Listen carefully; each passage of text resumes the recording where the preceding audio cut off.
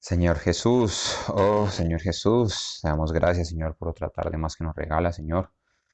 Oh Señor Jesús, permítenos correr esa carrera, Señor Jesús, que tenemos delante de nosotros, que eres tú mismo, Señor, dentro de nosotros, poniéndonos por medio de la conciencia, saber qué es lo bueno, qué es lo malo, Señor Jesús.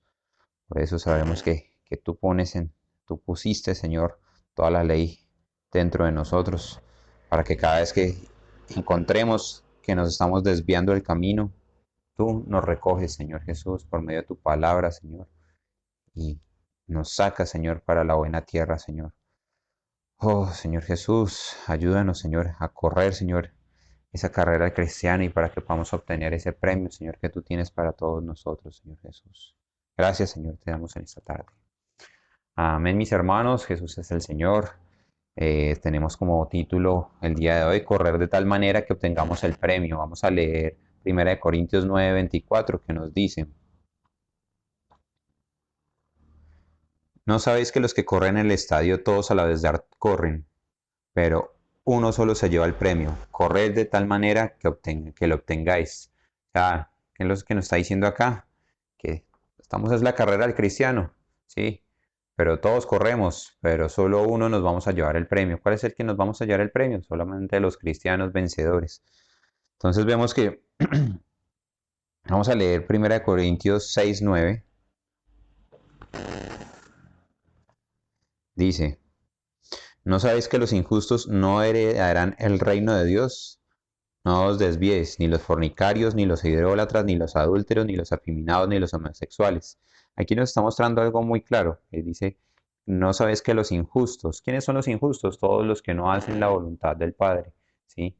Cualquier cosa que nosotros nos saque de la voluntad del Señor nos está volviendo injustos. Por eso hay que muchos cristianos que son cristianos de apariencias, ¿sí? Que el Señor nos ayude a quitarnos esa apariencia y ponernos un cristiano de realidad. ¿Qué es la realidad? El que conoce la palabra del Señor y el que la obedece. Eso es un cristiano de realidad. Y nos dice el versículo 10, ni los ladrones, ni los avaros, ni los borrachos, ni los maldicientes, ni los que viven de rapiñas, heredarán el reino de Dios. Aquí hay una palabra muy clara que dice, no heredarán, ¿sí? Cuando ayer estábamos viendo de que cuando fuimos salvos, cuando invocamos su nombre, cuando creemos en nuestro corazón de que Cristo es el Señor, ahí somos salvos y tenemos la salvación eterna, ¿sí? Pero hay un galardón, hay un premio. Cuando nosotros somos maldicientes, inclusive si nosotros hablamos mal de un hermano de la iglesia, si hablamos mal entre nosotros, estamos diciendo malas palabras, maldiciendo. Eso está en la misma categoría que los que acabamos de nombrar ahorita, hace un momentico, ¿sí? ¿Y qué pasa? Ellos no heredarán el reino de Dios, o sea, no van a obtener ese galardón, ¿sí? No significa que la salvación no se haya perdido, simplemente pasarán por el reino milenario, no como vencedores, sino por la disciplina. Entonces vemos que vamos a leer Gálatas 5 del 16 al 21. Digo pues, andad por el Espíritu y así jamás satisfaréis los deseos de la carne, porque el deseo de la carne es contra el Espíritu y el del Espíritu contra la carne. Estos se oponen entre sí para que no hagáis lo que queréis. Pero si sos guiados por el Espíritu, no estás bajo la ley.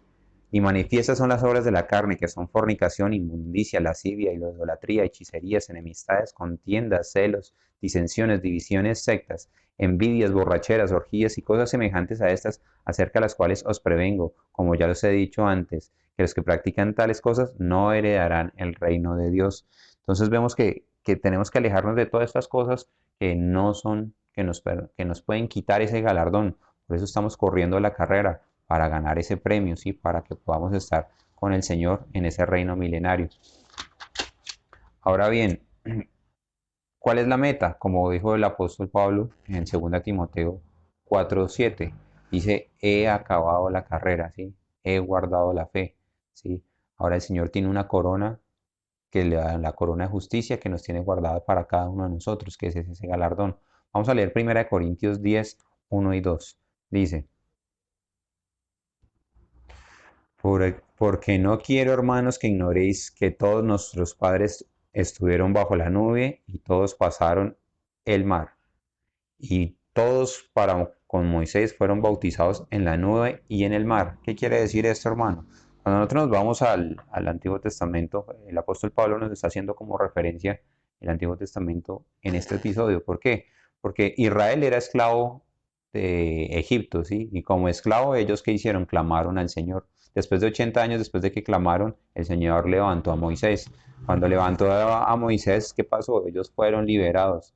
Ellos comieron ese día la Pascua y en la noche hubo algo que fue muy difícil, que fue la muerte de todos los primogénitos de todos los egipcios. Pero aquel que había marcado con sangre la puerta, el ángel del Señor no destruyó a los primogénitos de los israelitas. ¿Sí? Luego, ¿qué pasó? Ellos comieron la carne del cordero, comieron hierbas amargas y el pan sin levadura. ¿Qué pasó? Ellos saquearon a Egipto, o sea, todas las riquezas de Egipto y arrancaron y marcharon de Egipto. ¿Partieron para dónde? Para la tierra de Canaán. Luego el faraón, al ver esto, él se arrepiente. Ellos claman a Dios nuevamente, ¿sí?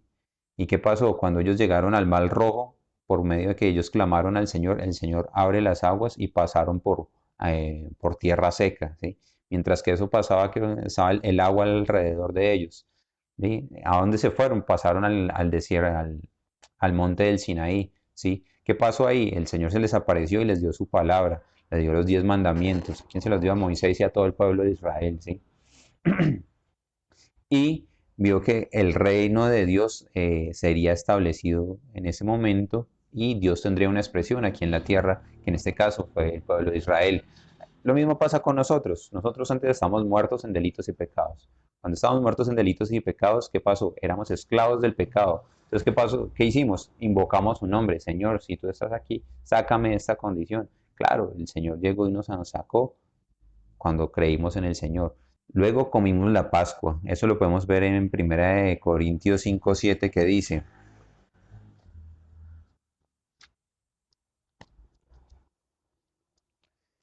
limpiaos de la vieja levadura, para que seáis nueva masa, sin levadura como sois, porque nuestra Pascua es Cristo, fue sacrificada. Entonces vemos que Cristo es nuestro pan, ¿sí? Es nuestra Pascua.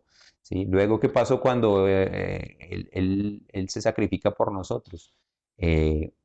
Fuimos salvos, cuando Él nos redime y nos quita el pecado. ¿Y qué pasó cuando fuimos salvos? Nosotros como invocamos el nombre, nada nos detiene y nos fuimos bautizados.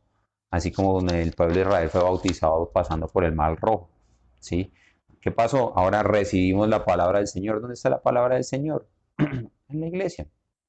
Unánimemente, sí. Estamos unidos al Señor por medio de su Biblia, pues por medio de la Biblia y por medio de la iglesia, ¿sí? Que es colectivamente.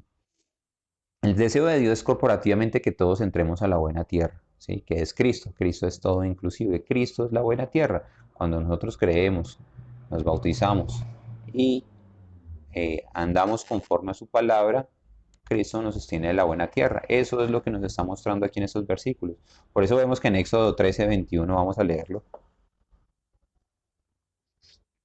dice, y el Señor estaba delante de ellos de día en una columna y una nube para guiarlos por el camino, y de noche en una columna de fuego para alumbrarlos, al fin de que anduviesen de día y de noche. Entonces vemos que el Señor siempre estuvo con ellos, se les manifestó por medio de una nube, ¿sí? Que en este caso para nosotros, ¿cuál es la nube? La nube es la iglesia, ¿sí? ¿Por qué? Porque siempre va a estar ahí para nosotros, porque el versículo 22 dice, nunca se apartó de delante del pueblo la columna de día, ni de noche la columna de fuego. Entonces nosotros tenemos como esa columna que es el espíritu que habita dentro de nosotros, en cada uno de nosotros, pero por medio de la iglesia podemos tenerla disponible también todo el tiempo ahí. ¿Cuál es lo que tenemos disponible? La palabra profética, lo que nosotros necesitamos escuchar y saber independientemente de lo que nosotros estamos leyendo en la Biblia día a día. Entonces eso es lo que el Señor nos está enseñando, nos está nutriendo para que nosotros probemos esa buena tierra y para que nosotros podamos alcanzar ese galardón, para que toda esta carrera que nosotros estamos haciendo no sea en vano, sino que podamos obtener ese premio que el Señor tiene para todos los que lo amamos. Amén, mis hermanos, que Jesús es el Señor.